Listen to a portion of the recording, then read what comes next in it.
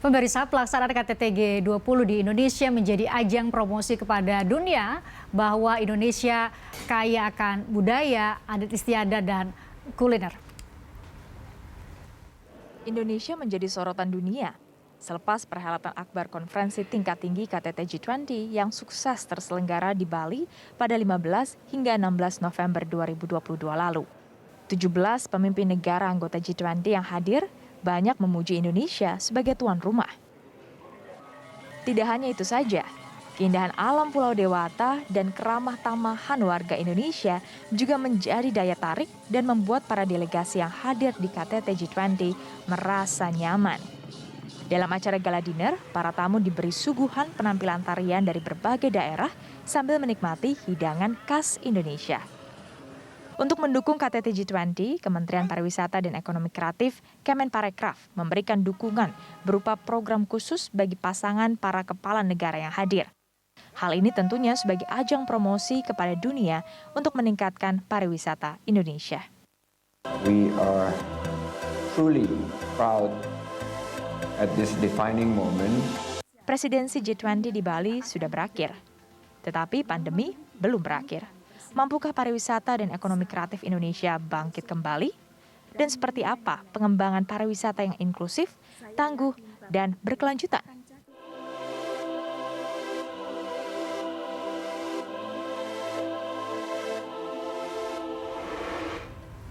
Nah, saatnya saya memenuhi janji yang saya sampaikan di awal saat buka program ini. Saya akan ajak Anda ngobrol dengan sosok yang punya peran luar biasa di balik kesuksesan KTT G20. Pasti punya banyak cerita yang belum kita dengar dari berbagai pemberitaan. Sudah hadir di studio BTV, Menteri Pariwisata dan Ekonomi Kreatif Sandiaga Uno. Saya sapa.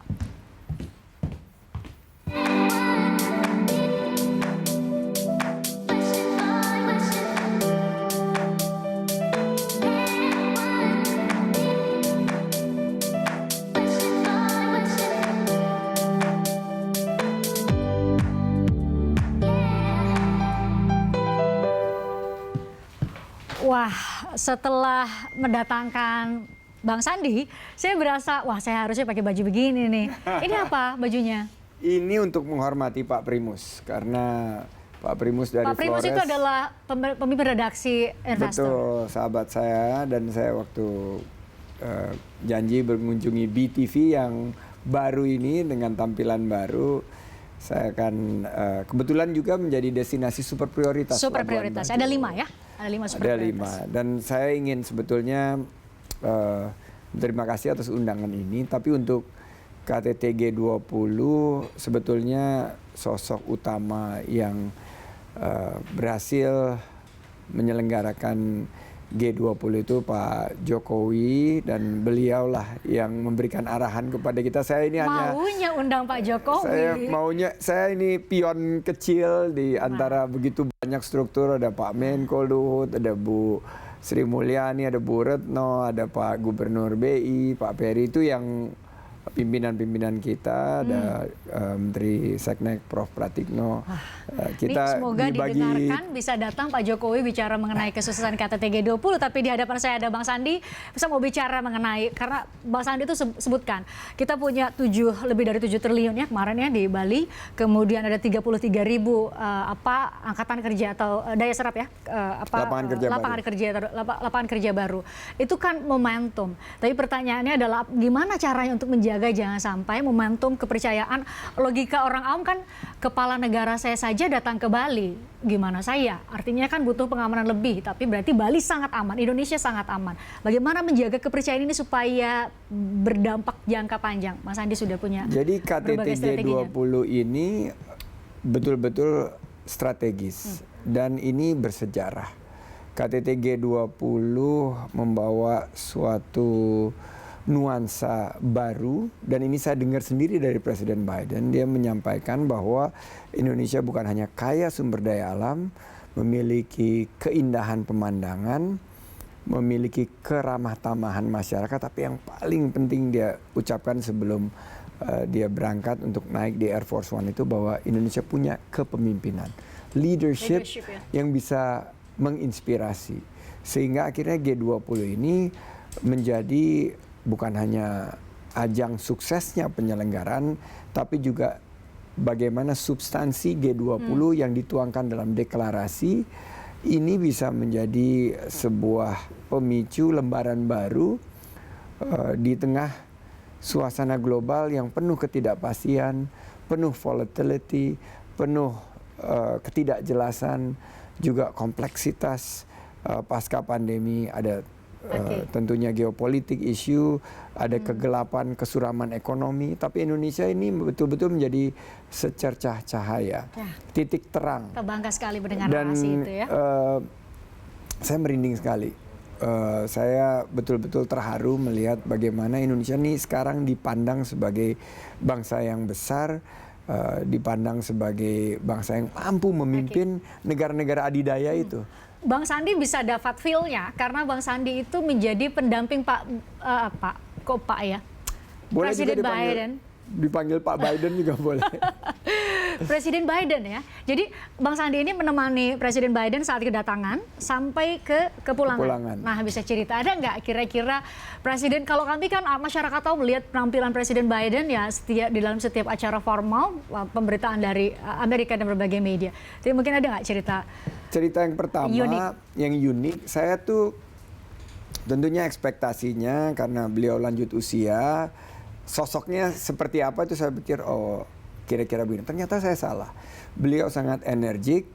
Beliau terlihat segar waktu datang dan pulang, dan beliau ini menunjukkan bahwa beliau ini fit, dan dia ingat waktu dia berjumpa saya menyampaikan beberapa hal tentang tentunya saya ini penting sekali posisinya, kenapa? Karena begitu dia datang dia harus mendengar sesuatu yang membuat dia bahagia. Ya. Dan waktu dia mendarat waktu dia mendarat itu kan hari Minggu malam.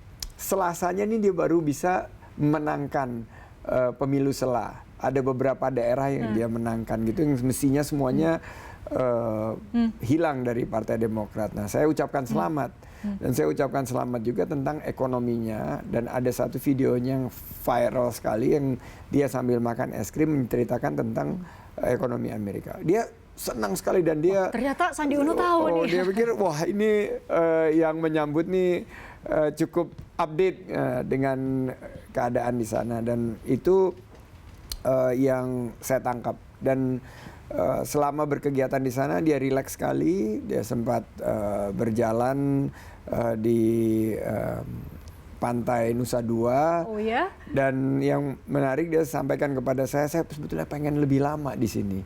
Saya kerasan, dia bilang.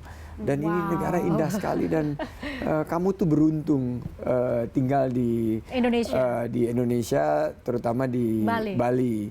Dan dia menyampaikan keinginannya untuk berkunjung kembali, tinggal lebih lama lagi. Dan dia sebetulnya nggak kepengen pulang, dia bilang, tapi karena ada tugas, ada KTT APEC, dia harus meninggalkan Bali. Jadi ini membuat saya yang bertugas untuk menemani Presiden Biden juga merasa kerja keras kita untuk membuat dia nyaman itu berhasil gitu. Dan bukan itu aja, ternyata dia setujui sebuah mekanisme transisi energi yang nilainya di atas 300 triliun. Dia mendukung deklarasi, dia juga memberikan penghargaan kepada Bapak Presiden atas kepemimpinan. Dia juga memberikan suatu dukungan kepada investasi banyak dunia usaha Amerika ke Indonesia. Dan menurut saya ini suatu momen yang sangat bersejarah, membanggakan, dan ini harus kita kawal momentumnya dengan capaian-capaian selanjutnya. Bagaimana kita kawal event-event selanjutnya itu jangan sampai putus, sehingga kebangkitan dari pariwisata dan ekonomi kita, terutama penciptaan lapangan kerja. Karena Bali ini dan sektor pariwisata ini kehilangan lebih dari 1 juta lapangan kerja saat pandemi kemarin. Nah, itu bahagia sekali mendengarnya, ternyata ada cerita di balik itu dengan narasi yang sangat positif didengarkan dan disampaikan langsung kepada Bang Sandi. Kalau kami kan lihatnya itu kan pengawalan sangat ketat, ya nggak? pengelolaannya sangat ketat kan? Super ketat. Super ketat. Nah, Bang Sandi sendiri untuk menghadapi, memang diizinkan untuk berada di radius dekat karena memang sudah ada. Karena saya mewakili Bapak Indonesia. Presiden, tugas negara saya mendapatkan clearance untuk dekat dengan beliau. Tapi itu harus melewati beberapa screening juga ya? Screening. Dan kalau masuk ke hotelnya itu, ini ada 4-5 screen yang harus saya lewati. Itu setiap kali mau ketemu harus 4-5 Iya, screen? harus seperti itu. Dan itu mereka membawa pasukan pengamanannya sendiri, 50 mobil yang dia bawa. Dan ini kayak pindah rumah gitu loh, ada 8 pesawat yang dia datang. Tapi ini berkah buat kita karena ekonomi jadinya bergerak dan target kita penciptaan 1,1 juta lapangan kerja ini tercapai. Salah satunya terpicu suksesnya substansi dan penyelenggaraan G20. Wow, sukses. Dan ada 2 Sri Kandi kita nih yang hebat, Betul, Bu Menteri Retno Luar Negeri dan ya. Bu Sri Mulyani ini.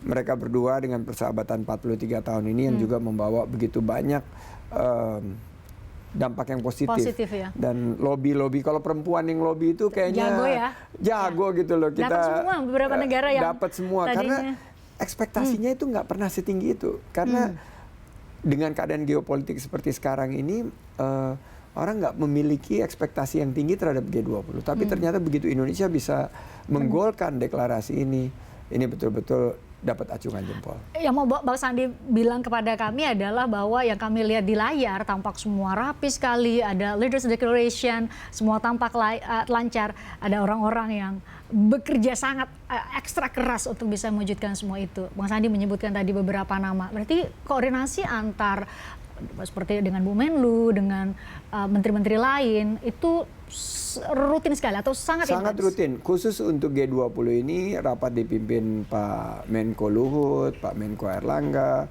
Kalau di beberapa bidang lain Pak Menteri Sekretaris Negara juga turun. Hampir semua kementerian lembaga diberikan tugas dan semuanya berperan. Dan semua diberikan masing-masing mungkin KPI ya, Key Performance Indicators. ya. Jadi kita harus, saya juga ditugaskan untuk spouse program karena ibu-ibu negara dan ada juga satu bapak negara itu harus dilayani juga. Jadi kita ditugasi, saya juga ditugasi di media center bagaimana narasi tunggal Recover Together, Recover Stronger, terus bagaimana kita 3 pilar ini, digitalisasi, kesehatan dan juga sustainability ini juga dijaga. Bagaimana Indonesia bisa menjadi tuan rumah yang sukses. Ini betul-betul tugas yang persiapannya matang, panjang, dan begitu hasilnya di luar ekspektasi dan sangat luar biasa. Kami merasa bangga. Saya lihat Pak Luhut sampai menitikkan air mata. Dan dia peluk saya waktu itu, dia bilang, we did it together. Jadi semuanya ini memang di bawah orkestrasi Bapak Presiden. Beliau memberi arahan dan kita mengeksekusi. Dan beruntung juga banyak unsung heroes yang mungkin nggak terdengar masyarakat Bali, juga yang ikut berjuang untuk memastikan cuacanya bersahabat. Oh iya betul. Kalau hujan malam itu bisa biar. Tapi ternyata. Bicara soal malam itu, artinya ada event di gala dinner di GWK ya. Saya mau tanya banyak soal itu Bang Sandi karena itu indah sekali. Kan bisa aja yang nonton di layar kaca itu kayak wow. Apalagi yang hadir secara langsung, atau apalagi ada di balik itu. Salah satunya Bang Sandi.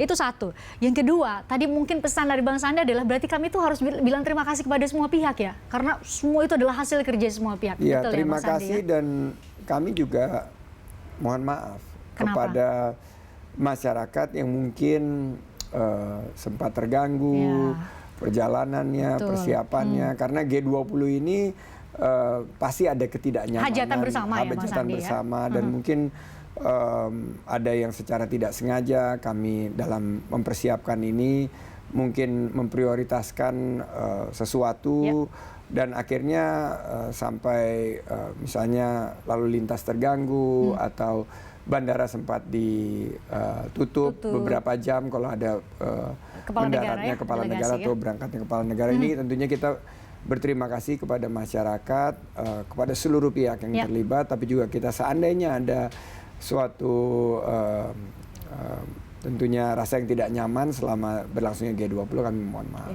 Rasa tidak nyaman itu sebagai bentuk kontribusi kami mungkin Bang Sandi. Ya, kita jeda dulu. Saya mau tanya banyak soal tadi, cerita keindahan yang terjadi di GWK, tidak hanya secara visual, tapi katanya makanannya enak-enak semua. Mungkin Bang Sandi juga bisa cerita itu ya.